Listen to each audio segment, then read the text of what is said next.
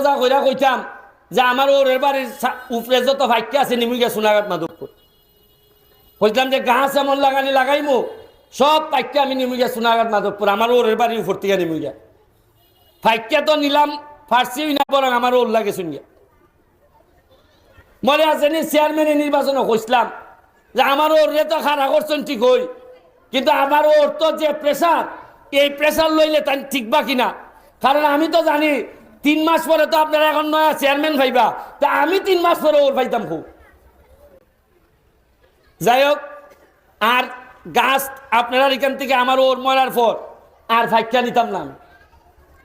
এর লেগে আমি সিদ্ধান্ত নিছি আমার সোনাঘাট মাধবপুরের সাথে সাথে আমি আপনারা ঋষি গ্রামের মধ্যে এই রাজশাহীর থেকে যে আনি আমি আমের গাছ, যেটা 250 টাকা গোটা বেচে, এটা 1 বছরের মধ্যে আম ধরে। আমি আমার শ্বশুরের সম্মানে 5000 আমের গাছ